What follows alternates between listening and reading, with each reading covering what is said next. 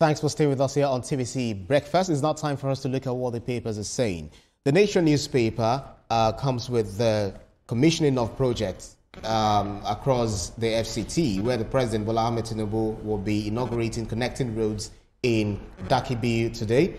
The next paper, this Nigeria, if you look at right on the ear of the newspaper, history will be kind to you. Tinubu tells Wike over FCT infrastructural revolution. The Punch newspaper, neck fallout, worrying PDP blocks reunite for 2027 showdown. Governors Damagum, Saraki asserts PDP unity, one APC, Southeast PDP reject Wike allies return. The Leadership newspaper, political analysts to PDP leaders, fix now or allow crisis sink your party before 2027. NEC reinstates Anyanwu as National Secretary. Analysts blame indiscipline, battle for resources for parties on ending crisis. Let's move on to Daily Trust with the screaming headline, how PDP governors BOT resolve impasse. Anyanwu reinstated as Secretary, NEC to hold July the 23rd. Nigeria News Direct, 100th NEC meeting. PDP resolves leadership rift, reinstates Anyanwu as National Secretary. And if you look at Blueprint newspaper, still speaks to the same PDP Hulabalu. Ceasefire as Anyanwu returns as PDP scribe. 101st NEC holds July the 23rd. Platform Times. APC members woo Kwakonso as Tinubu's running mate. NNPP spokesperson confirms. The Guardian newspaper looks at economic of things, saying that how interest overlapping roles may undermine new tax regime. Daily Independent, mobile phones now going out of reach of Nigerians. That will be an interesting conversation. And Sport Alive, Karakuluksu, 70% of Osimhen in Saudi Arabia. Osimhen keeps Gala waiting. Well, we'll talk about that in the course of our conversation. Let's get down to brass tacks with Etoma, Veronica, and Ria.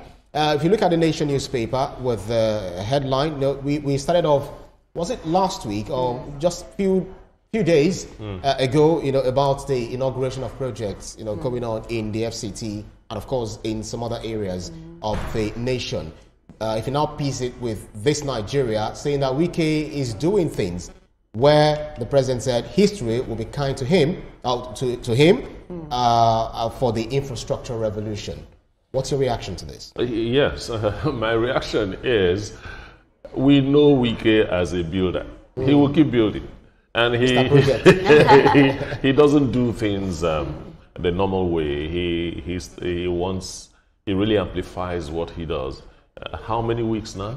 It's advertorials, one commissioning after another commissioning after another commission. I'm sure Mr. President is overwhelmed right now. And they are not phantom projects. You can see them. No, they are. You see them, you use them. See, the man builds. All right? He builds. Forget all the noise around him. The guy builds. He did it in River State. He's doing it in Abuja. Give him another place, he will build. That's how he is. I really commend him when it comes to infrastructural development. And I hope that we're going to have more people like that. If we pursue infrastructure the way Wike is pursuing infrastructure in Abuja nationwide, I can't stop saying this. Nigeria will look better, and it will all these foreign investments that we're asking and looking for will be easier because people will see the country as a country that is serious and going somewhere. The interesting thing for me there is that the fact that Wike is of the PDP, working with the APC. So much so that the president said, all these things that you are doing, if it doesn't translate to vote for me, you are in trouble. Of course, Wike never hid his position with the president. That's why he supported him in 2023.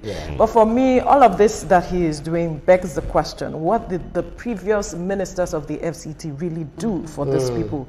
If that Abuja is now in the news, because for the right reasons. Yes, if over the years, we have had successive FCT ministers, and yet he has been able to see areas, a lot of things that had not been done, and he had to fix them to this extent. Then we should start asking questions. What did your predecessors do over the years? So it's important that indeed posterity will be kind to him. Posterity will be kind to you if you do the needful for the people.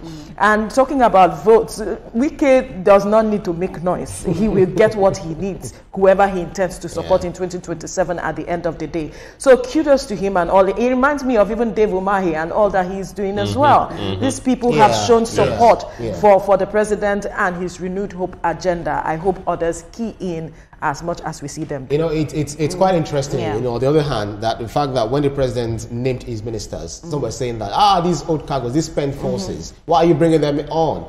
She mentioned Dave Umahi, former governor of the Boy State, and then look, you can see what they're doing, the infrastructure they're putting on the ground. And I tell you something, everything Wike is doing is a slap on the face to the others that had that position before, to see how Abuja has been transformed. We said something right here, we now see Abuja in the news, and it's not for bad things, we see Abuja for positive things. Federal capital territory. And you know, that is what it's supposed to be. So I love what he's doing, and the fact that when it comes to infrastructure, I don't know about other things, but when it comes to infrastructure, we'll definitely remember him, but I don't know about other things. But infrastructure, you know, let's give it to him. You don't know about other things. And I don't want to speak about other things. Oh, well.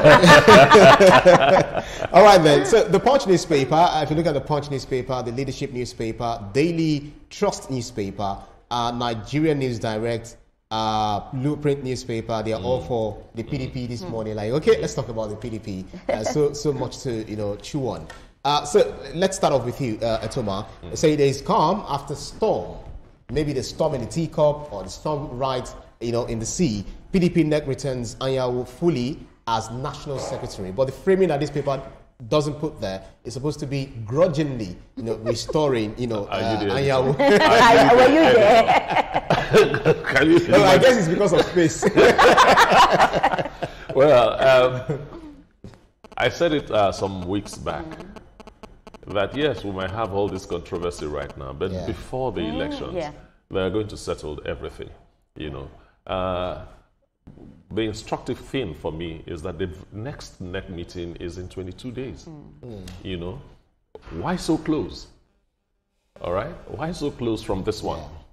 So this, I'm more of a. Did you see what they had to go through before they finally had the NEC meeting yesterday? The PDP headquarters was cordoned off by police. They had to go to the Bauchi, what's it called? Liaison office or so to have that meeting. Is it liaison office? One of those to have that meeting and all that. But finally, they have come to an agreement that almost everybody says, okay, we are going to follow it. However, the chairman of the Southeast of PDP says, well, that is the position of the party right now. We'll go back. It's not our position. We'll go back. And I said, look, man, if 75% have said yes, what's 25% doing? And funny enough, that is the region where Senator Anyanwu comes from. You get what I'm saying? Veronica, Bode George, you know, in an interview yesterday, he said that, they are getting back, the party is, you know, getting stronger, and then they definitely fight whoever is fighting them not to have peace in their party. But you see the opposition, regardless of the fact that there is now an ADA, a coalition, we don't know whether this current PDP will be thinking of getting into it, but we know that Atiku, etc., are also thinking of doing that. But say, fix your party now, or crisis will sink your party before 2027.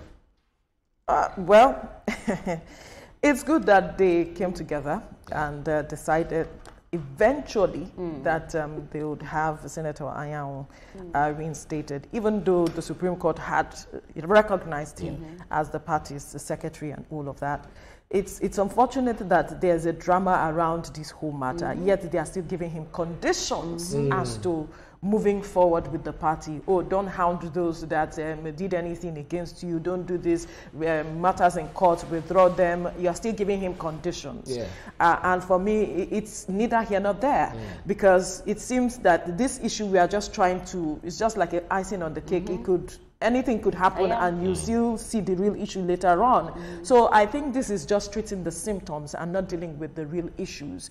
If they are really still strong, I doubt it as much, because there are those who are still grumbling, who are saying that they are not still part of this arrangement that they have had, saying recognizing Senator Anyanwu at the end of the day. The party has a lot to do. My concern is stop pointing accusing fingers at those who are outside. If the police came to ensure there is peace and stability, that is their job. If they are not there, you will shout again and say, oh, the police are not here to ensure that, oh, we have some form of peace while we're having this meeting, because there were different factions, those that were saying we are for this person and those that are saying we are against this person, and then INEC saying that you cannot hold your 100th meeting because this person has not signed documents regarding which is the constitution or INEC rules, the INEC guidelines. So it's important that the party actually does its homework and ensure some level of stability while it's looking at opposing the APC in 2027. And it wasn't, the calling off wasn't based on the fact that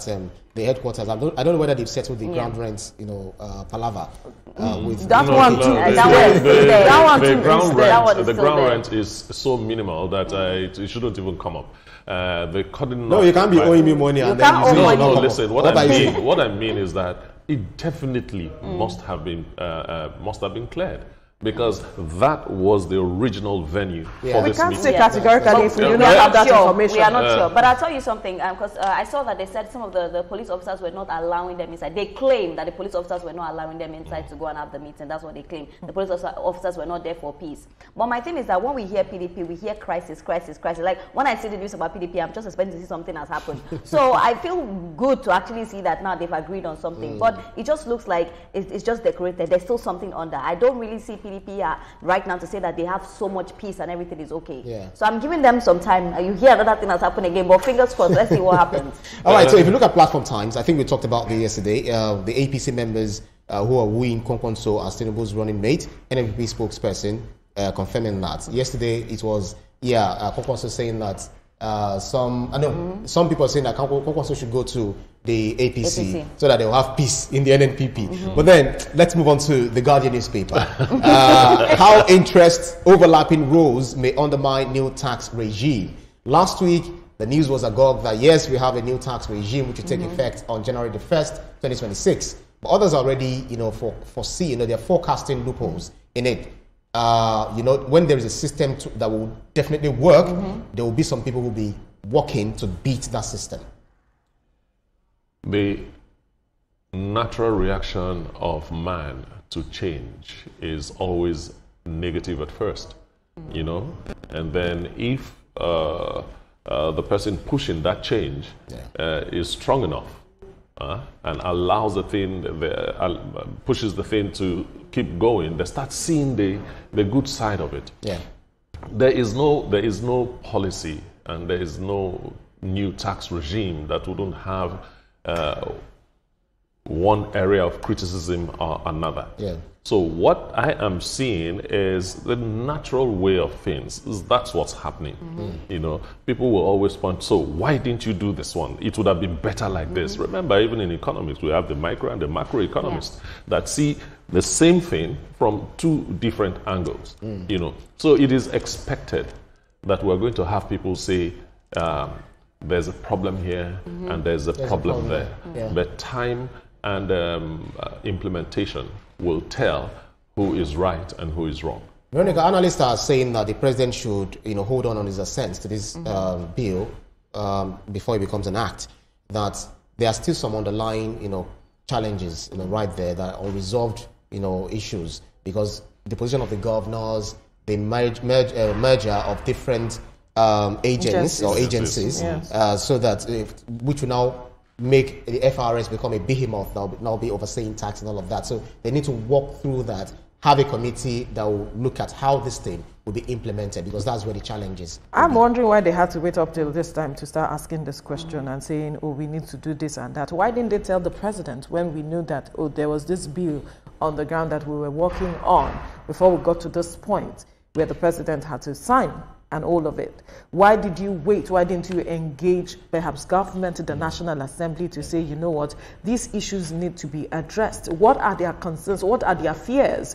And all of it. You see, if we have, it's just like the Constitution, when we're still talking about, oh, the Constitution is our problem. Others are saying the Constitution is not our problem. Implementation is an interpretation as well.